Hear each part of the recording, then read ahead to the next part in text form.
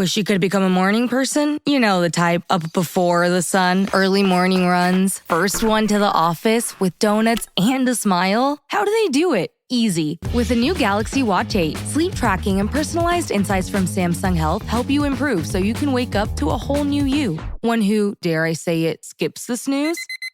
It's possible. Train your sleep with Galaxy Watch 8. Learn more at Samsung.com. Requires compatible Samsung Galaxy phone, Samsung Health app, and Samsung account. Tonight on We look back at the Bulls game in all its detail, check what's going on throughout the community, and then preview what's another tough South African fixture away this week. Stay tuned.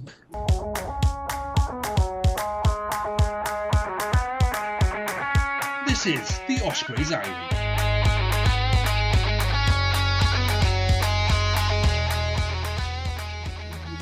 Good evening, ladies and gentlemen. It's me, Zach. I'm joined by Grant and Jack and Josh, as always. How you doing, boys? I'm good. Yeah, I'm good, thank you. Yeah, I am absolutely dying. It's a free bar yesterday, so I feel like I've been in a scrum against the Bulls. 80 minutes. I'm glad you might not be living in Wales anymore, but I'm glad you haven't lost your Welshness in terms of free bar. Good effort. You shouldn't be feeling it. It's for reference. It's 5 o'clock on a Wednesday. If you're feeling hungover now, you really need to head a wobble and go together quite well here. There's not a huge amount of news this week. A couple bits and bobs. Probably the most relevant is that Jack Morgan isn't going to be flying out for the Stormers game this weekend. He's got a slight tinge in his hamstring, according to some WRU testing. I think that's fair to say it'll be a bit of a loss, won't it, Josh? Oh, massively. Yeah. Sorry, I got caught, but I forgot about that question. I mean, Jack's such an important figure to this team, both club captain and all. Do you think he'll be able to cope without? Yeah, I think it helps. Obviously, Harry Deves obviously had a great game at the weekend. And yeah, between the two of them, I think they'll dovetail quite nicely during the season. But even if he was fit, I'm not sure you'd be dropping Deves after that performance on the weekend. I don't think it sends the right message. And if it gives him a little bit more time to rest and recover, I'm all for that, to be honest. I wouldn't have been a huge fan of flying him out for one game anyway, to be honest. So, yeah, I think they've made the right decision by giving him another week off and sort of looking after him. I'm sure he's disappointed. It might only be the one game he would have been out there for, but based on Jack's normal attitude in terms of getting on the pitch and coming back to training, he's probably disappointed, isn't he? Yeah, I think Mark Jones has mentioned before, just like protecting Jack from himself, because yeah, as you say, his attitude is so good that if you ever give him the chance, he'll always want to wear the Ospreys jersey. I think it's going to be a loss. It's a shame he couldn't make it out there after such a stupendous Lions tour, obviously. But I think it's maybe for the best long term, but he stays a bit fitter throughout the season, giving him the breaks where he does need them.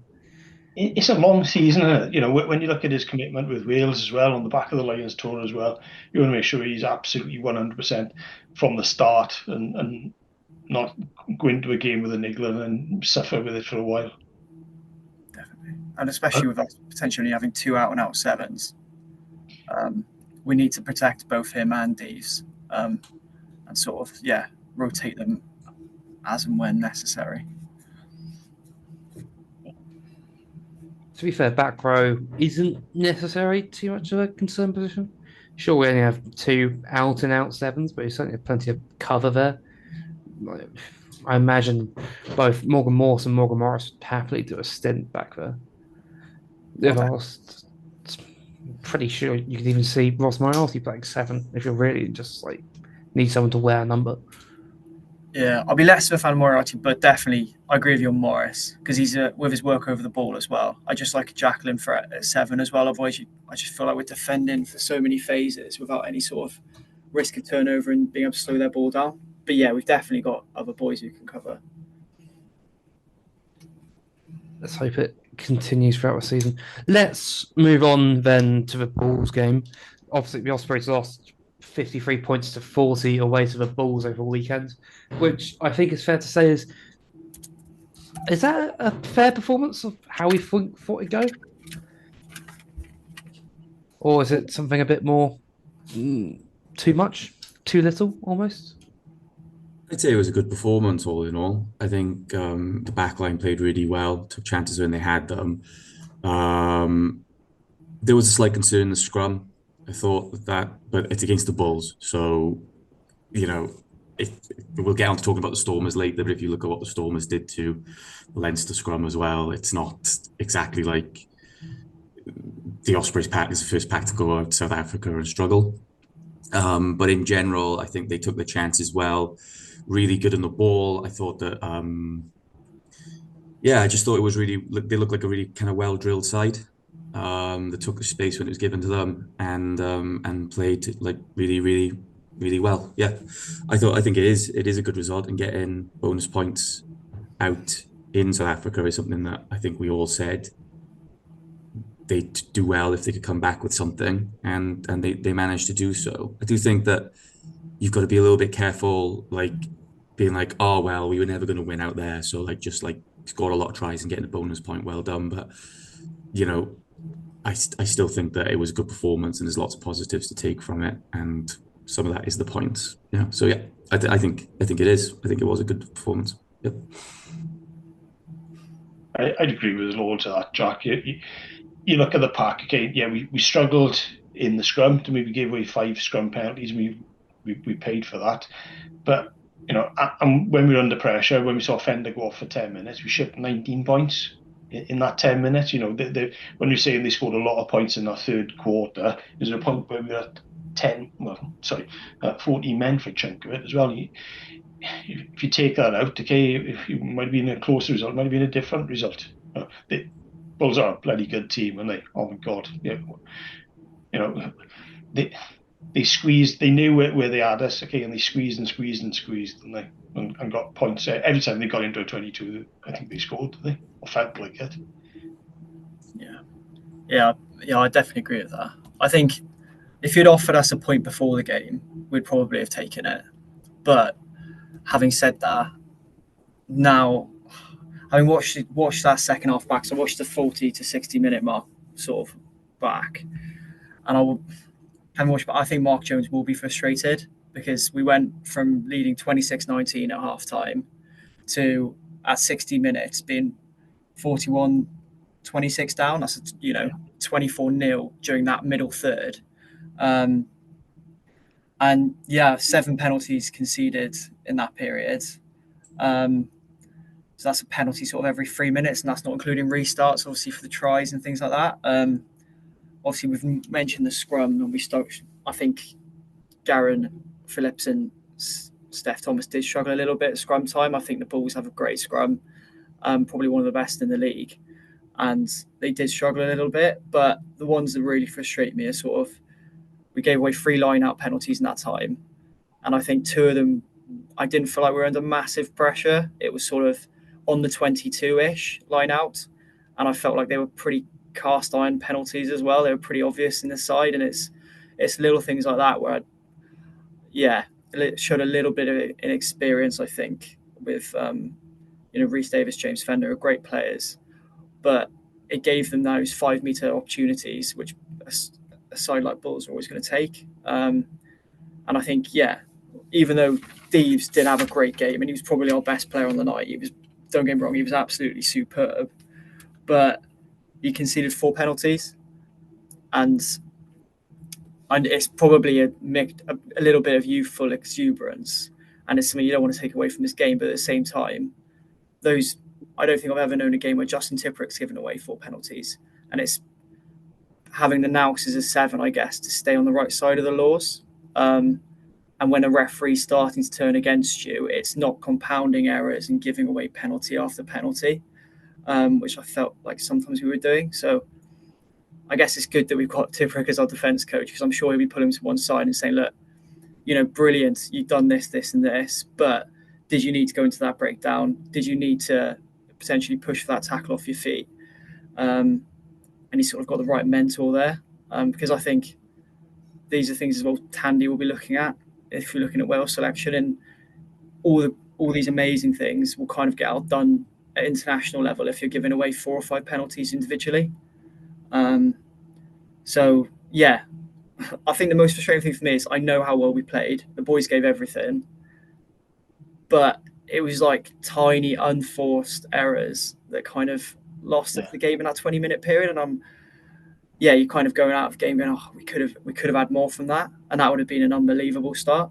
But yeah, it's definitely loads to work from. And I think the back three were superb. Backs looked, I thought backs were really firing. Even though I've mentioned Deves in his penalty count, he was unbelievable, wasn't he? On the night, he's created 2 tries. I think he was an absolute dog. He was unbelievable. So lots to be happy about still. I don't know if people notice how well Deves was chasing the conversions down. Okay, he probably saved 6 points in that game just with it.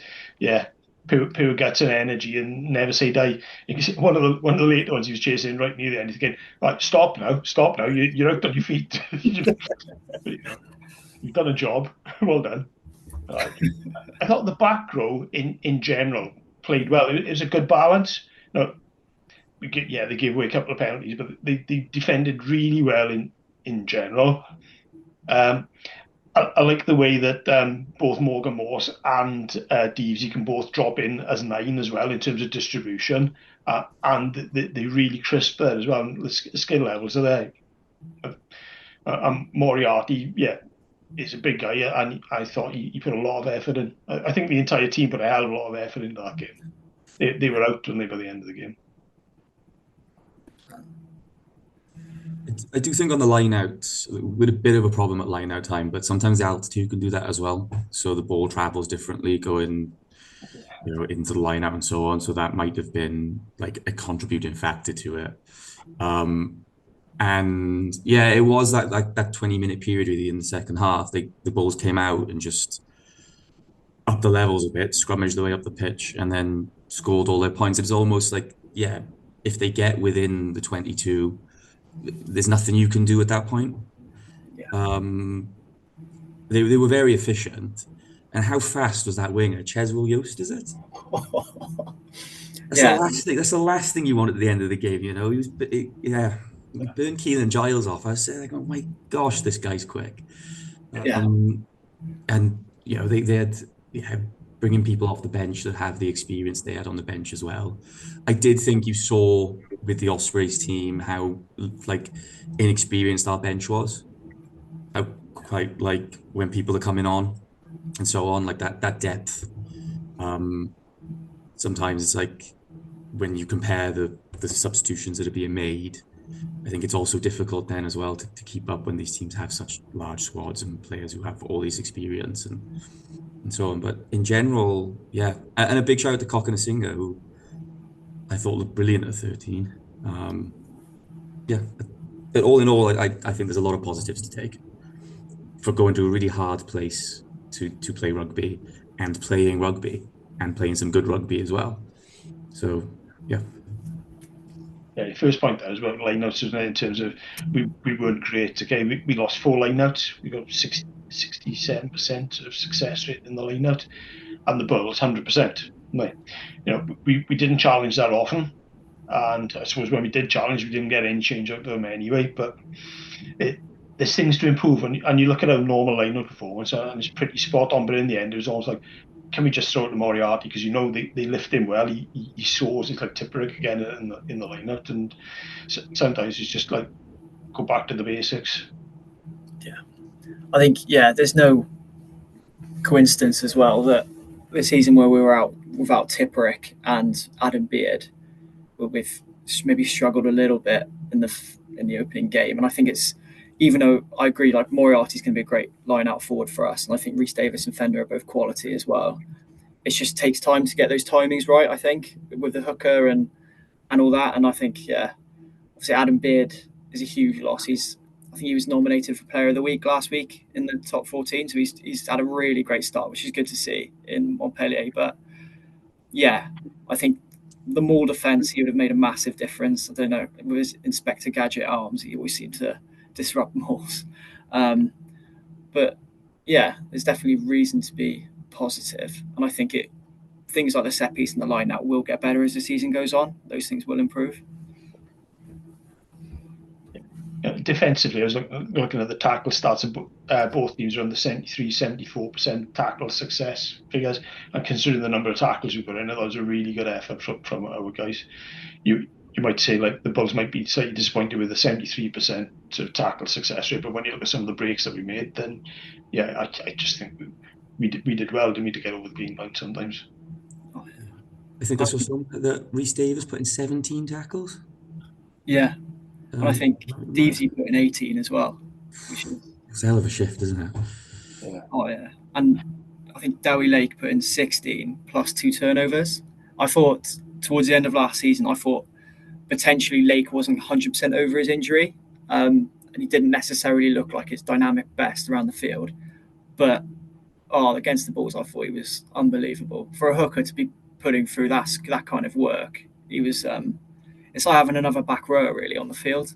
I thought he was brilliant, which is really good to see. You can see he's come from the back row, you know. Oh yeah. He sort of reminded me of sort of the first year or so when he popped onto the scene, and sort of his breakout year where he's just over everything and smashing people backwards constantly. And it's nice to see that he's picked up more of that initial form that he had for the first 2 years of his career. Quite honestly, if we can keep him fit, he's going to be a massive asset for us going forward. Oh, definitely. Back to laughing at Malcolm Marks kind of form. I was going to say, are there any other standouts that you guys particularly picked out? Obviously, Cocknesinger, I think, was awesome coming into that 13 channel for the first time, I think, in best part of a year. I thought Keith was clever in the way he took both of his tries. He did really well to get onto the end of Cassende when Dan picked up the loose bouncing ball, and the fact he took off and he's right on his shoulder. I thought, yeah, great awareness. When you look at the second try, that he scored. You can see him. We're 5 meters out. We're 4 meters out. You can see he's hovering around the fringes and he's moving and moving and moving. He's picked the right spot and the right time. Okay, and he worked hard to get into that position to score that second try.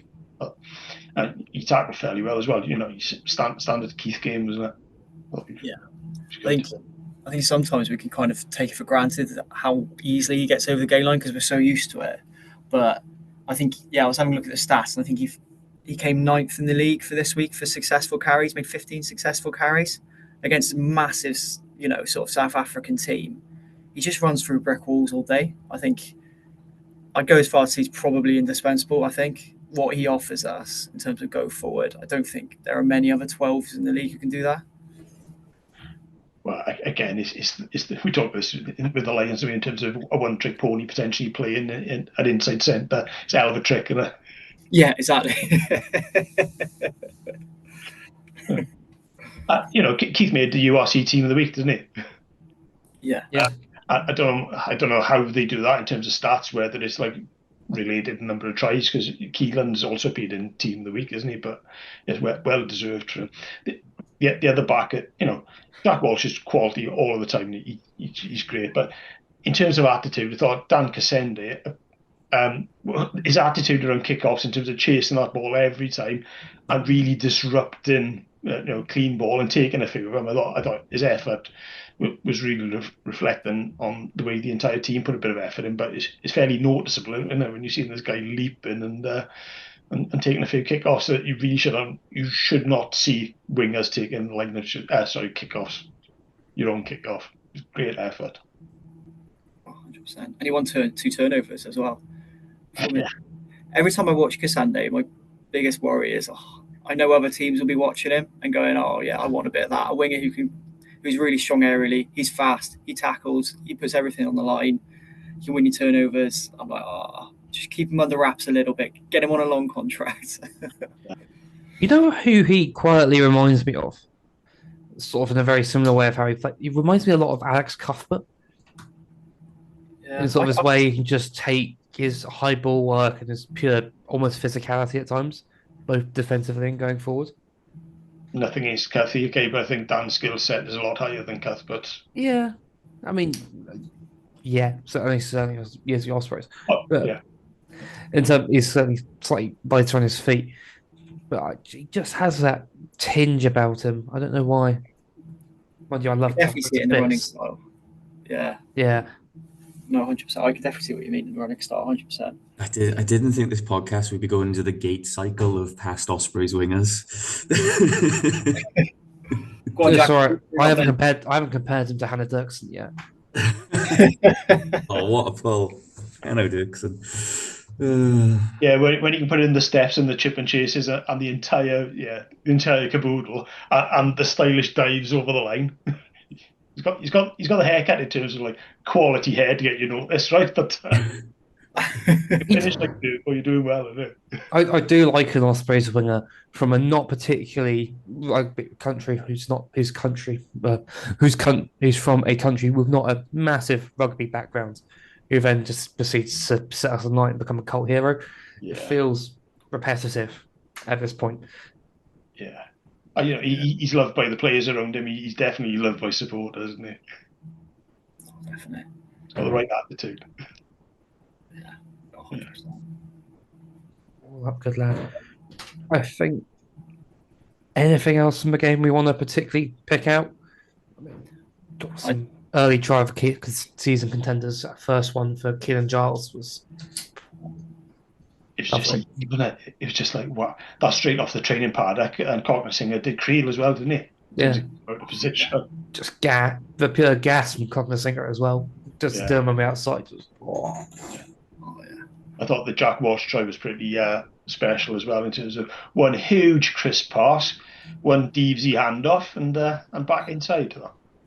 Deavesy's goosey will be on the highlight reel. Don't worry. And I like the last Keelan Giles try as well. That was, he just seems to be one-on-one in a 10-meter channel. You're going to back him all day long, and it also meant that Nick's prediction was wrong. So that was a nice bonus. Yeah, he still had a bit to do to get over the line, didn't he, at the end there? Oh, he did. Yeah. At half time, I thought my prediction was going to come in. I was going to get back to like Nostradamus and claim that I knew it all along and everyone's been too negative. I was ready for it. And then that 20 minutes of chaos and penalties ruined my weekend.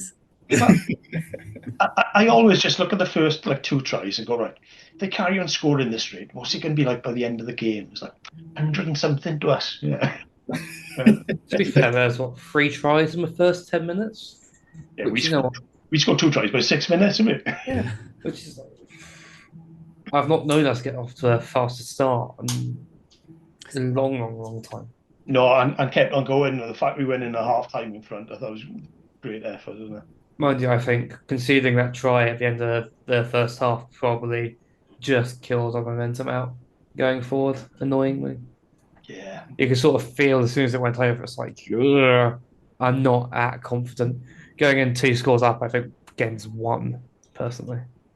I don't think the Bulls would have had it in them to come back from 2 scores down. No. But getting that last one is just maybe nail in the coffin. Maybe just indicate something else. Moving on, just a quick aside. This may seem relevant, but Nick's just linked it to us in our WhatsApp chat.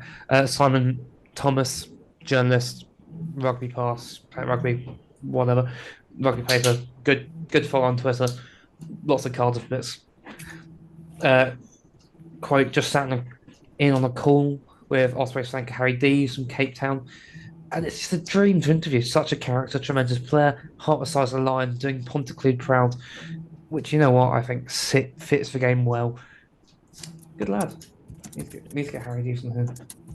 Heart of a lion, dog according to Shane Williams. Yeah, any animal you want, whether it's imaginary or real. Okay, you describes the way he plays there. Apart from mouse. Badger fits, I think. Badger does fit. Honey badger or... Yeah. All right, let's move on. Let's have a look at some of the results in the community. I've gone over the weekend. Gone. Grant's got a great list in front of him, and we've got some jazz fusion composed by Grant himself. Okay. Super Rugby Cymru, only one game over the weekend involving no teams. Newport 40, Swansea 42. Great result. The rest of this weekend's made up by cup competition results. So Premiership Cup, Neath 23, Pontypridd 19. Good result there for Neath. Division 1 Cup, Swansea Uplands 29, Tenby United 33. Aberafon Green Stars 31, Vailingford 19. Nantafachon 11, Hendy 19. Hale Cow 45, Oysteg Harlequin 7. Larne 17, Abercrave 20. Didweli 31, Skewin 14. Astragunlais 26, St Clair's 41.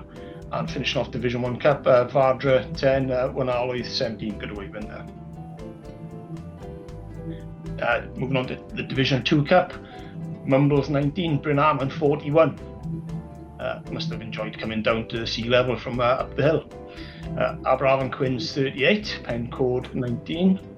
Puthcall, Penclouth, the WS, I'm assuming the win's given the Puthcall. That pops up a few times. They've taken that straight off the WU site. Division 3 Cup, Baglan 37, Seven Sisters 13.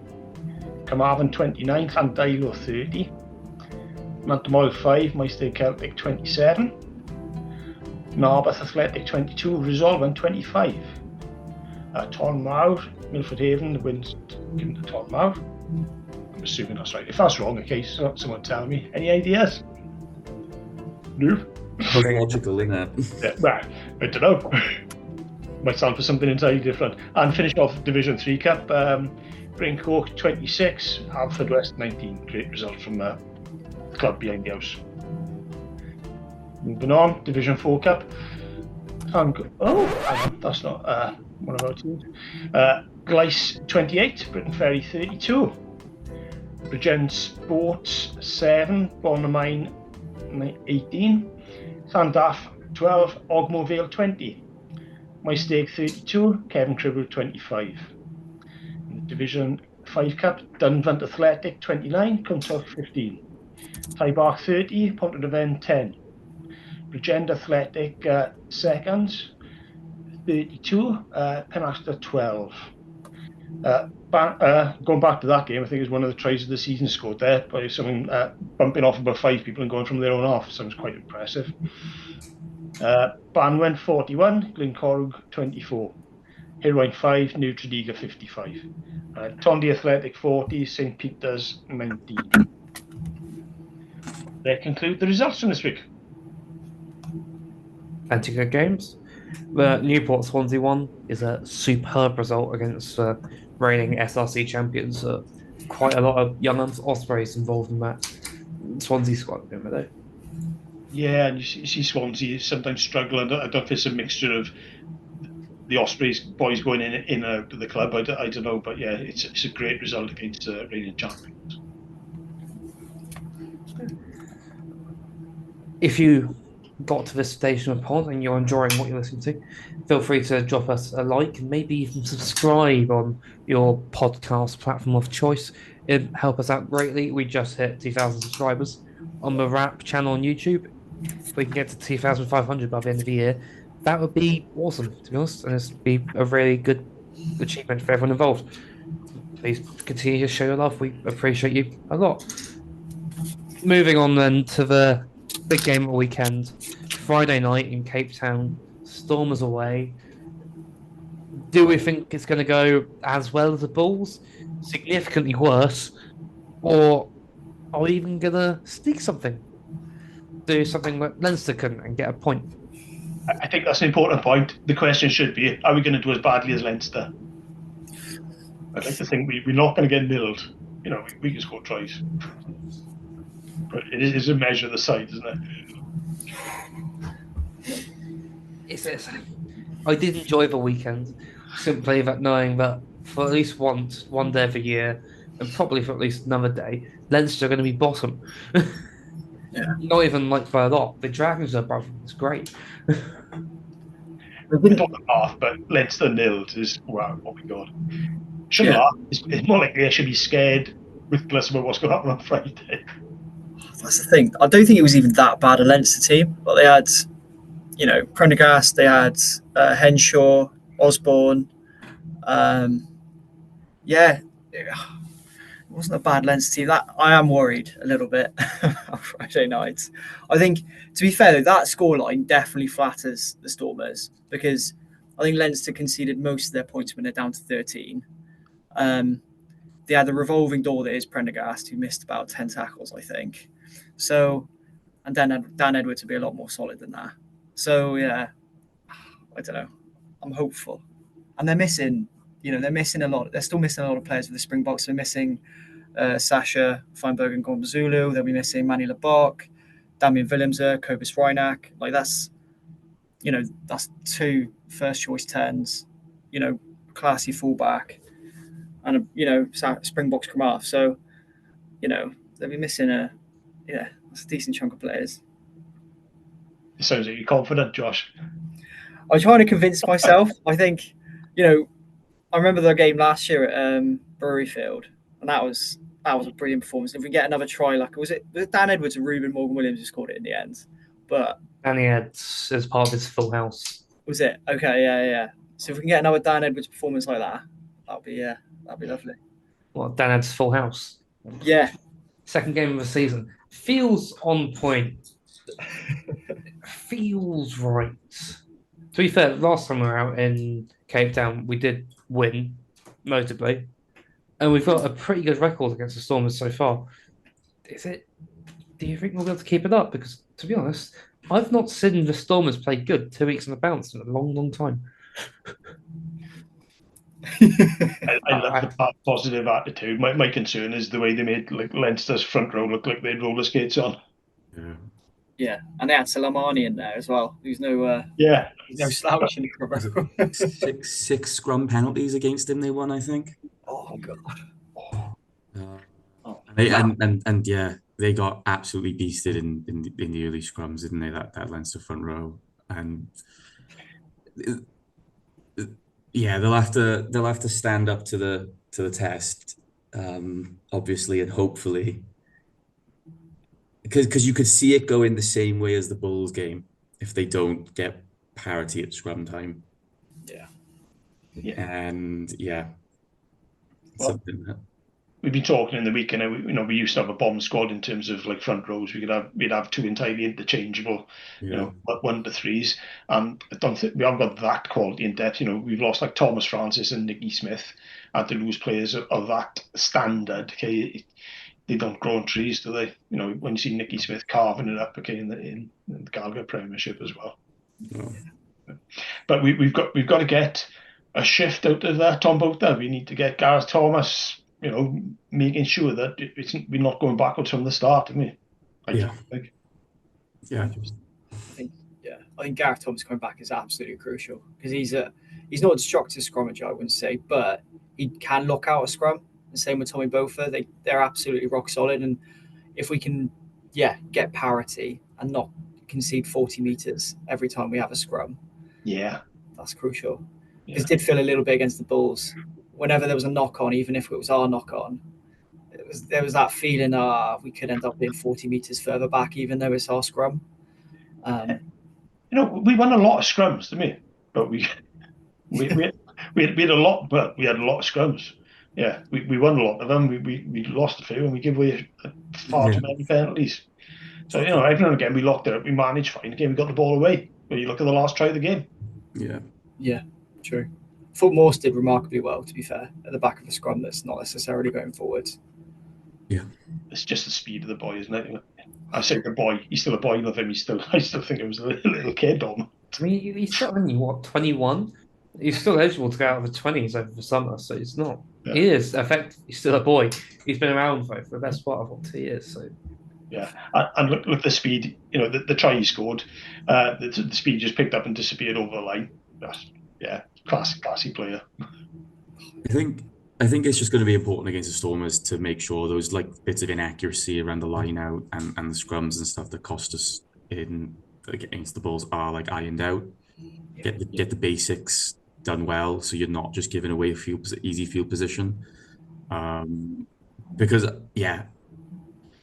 looking at the match stats from the Leinster game, like they only made 73 tackles, so they've got an 81% tackle completion rate. So it's not, you know, you might be able to, find some space on the pitch. It's just making sure that you don't give them needless platforms to march up the pitch quite easily and score tries. As you said, going down to 13 men is always going to, be difficult for a team.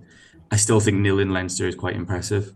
I'm trying. I'm trying to be like, look, I know, let's forget about what they did to Leinster. Like that was last week. This week is going to be different, So I'm looking for positives here, and I think that, I think the biggest thing is just like if we can iron out the kind of inaccuracies from last weekend that led to easy points for the Bulls. There's no reason why, given the way the backline played, that we can't go there and get a result. I firmly believe that the Ospreys can go there and get a result, just depending on making sure you don't give easy penalties away and then leading to, giving away lots of territory. So I know it's kind of like a stock thing to say, but I really do think that was like the biggest thing last weekend that shot the Ospreys in the foot, so to speak, or us in the foot. And I think that if we can get that right this weekend, then stay in the game and keep it close, then there's no reason why you can't go to Cape Town and win. I firmly believe that. Lineouts are fixable, aren't they? Yeah. Little errors around the breakdown are fixable. The challenges is, holding out at scrum time, and it feels like I'm already saying it. Okay, with days away from kickoff, so we need to hold out. Yeah. But based on the way we got slightly dismantled and based on the way that Leinster struggled, I think when you put those two things together, and it's like, right, there's one. Yeah, Duncan's got his work cut out this week in terms of coaching. Yeah. 100%. But in terms of scrum off and fly off, I thought Ruben and Dan had a quiet game for them. It might be due to the number of penalties we gave away and we had limited possession, but you don't expect those two to be that quiet again, do you? Yeah. I don't know if they're necessarily quiet. I just didn't think they had necessarily the opportunity to be the stars that they are. They're very much facilitating the rest of the backline. I think the backline, certainly over the weekend, worked only as well because Dan and Rupert both had really good games, quite quietly. I think Dan's kicking, especially, was superb. Kicking for territory was great, especially in that first half. We were keeping the Bulls pack sort of penned back in their own half a lot, which is a lot down to his tactical kicking. And Rupert was just quick when he needed to be and accurate. I think it's not so much. I don't think they played badly. I just think if we've got a bit more possession, we'll see a bit more what they can do. Yeah, are we all right to chip in and buy Ruben a pair of 12mm studs next time? Because he spent half the game falling on his butt. So I think take his moldies off, and hopefully it'd be better. But I do think my only issue with Ruben is that he doesn't necessarily get the distance on his box kicks that Hardy gets, and I think he's a quality player, and I think he offers so much around the park. But I think we did miss Hardy just because he gets you an extra 20 meters on every box kick exit. So I don't know if Hardy is going to be back fit this weekend, but I think he'd have been a great option. And again, when you look at Hardy and Ruben as your first choice nines, just have again strength of depth, isn't it? We had Luke on the bench. Great, he plays his guts out every winds up the opposition. But if you can keep two current Welsh internationals, in your starting side, that's great, isn't it? Yeah, starting, on bench. 100%. And I think to be fair, I was impressed with Dan Edwards though, because I think it's so difficult when you haven't really got a scrum, you haven't got a line out, and it's quite difficult without that platform to then launch attacks. So I did think, he facilitated the backline well, and he made players like Thockenisinger look good by putting him in bit more space in players like Jack Welsh. So I'm a huge fan of Dan Edwards. I love Dan Edwards, to be fair. I think he's quality. Very crisp passing on the weekend, wasn't it? It was really definitely. sharp. It was really impressive. And it was nice to see his main rival get flattened by their number 8, the Munster number 8 as well. After he gets all these digs for his defence, it was nice to see Costello get flattened. Oh, nasty. I'm not going to comment. You said it, not me. They're going to come for you in the comments now. What are they doing watching an Ospreys podcast? You know what they're like. Time on their hands. You know what they're like.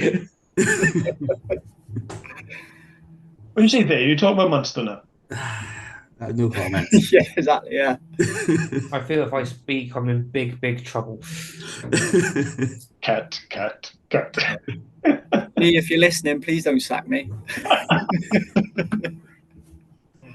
Sorry, Lee was too busy at March. As Nick said, it looked like the entire Scarlet squad would as well, because they were a bit flat when they love them. Anyway. Yeah. Awesome. Let's move back to Stormers 11. Let's go around then. Predictions for all.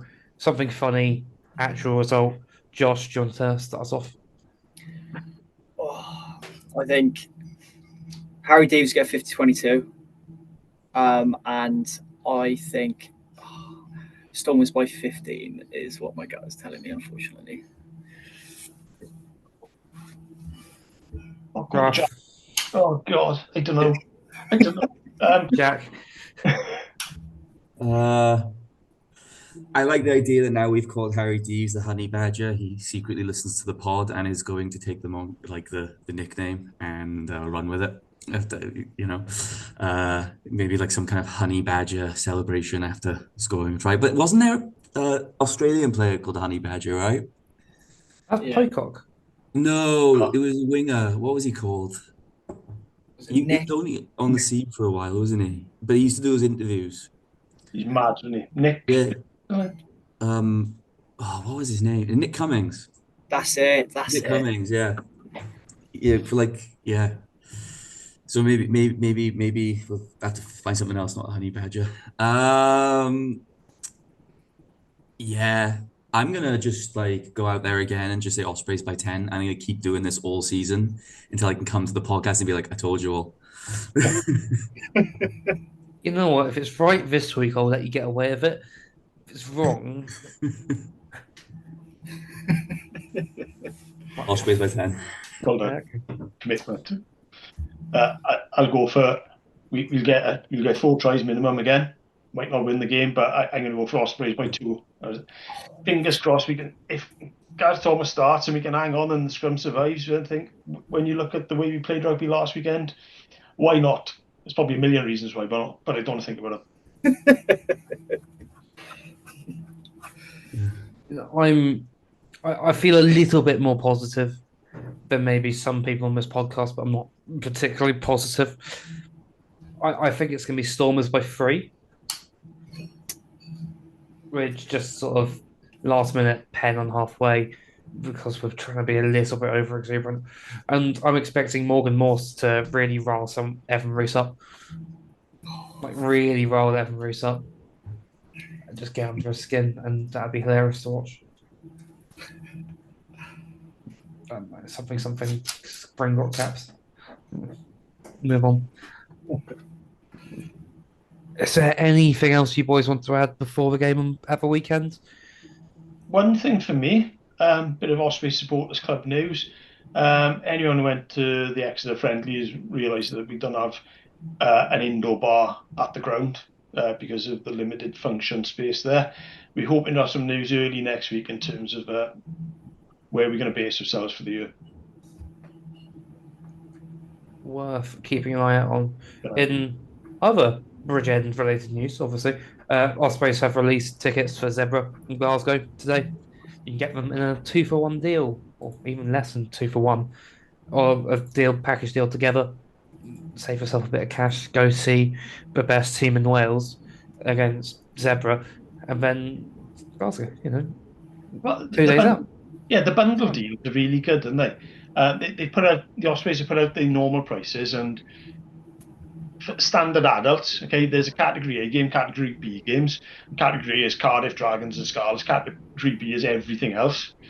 So it's £35 for Category A in the terrace and £25 for Category B. But if you turn up on the day, it's £5 more. So buy your tickets in advance. If you go and buy a bundle deal, the Ospreys will say if you go and then pick up a season ticket, they'll take the price of what you put up your bundle for and take it off the season ticket for the rest of the season. So fantastic option.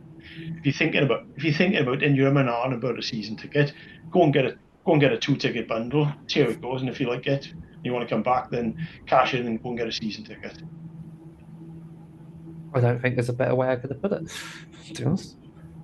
I think with that, we will end it off this week. Relatively short one, but not a huge amount of news. And for once in Welsh rugby, I say that I'm going to go to edit this, and someone's going to pop up on Twitter at 8 o'clock. And I'm going to get really annoyed. Until then, we've been Ospreys. Sorry. Thank you, Jack, Josh, and Grant. We will see you next week. Toodly. Cheers. Cheers. Yep.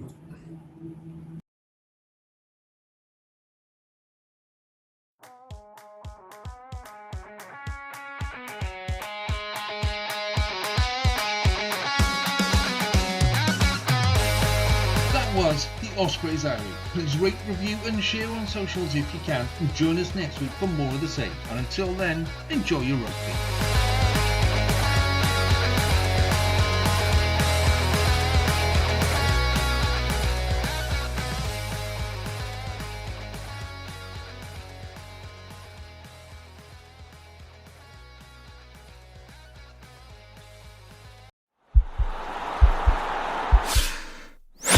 This podcast is part of the Sports Social Podcast Network.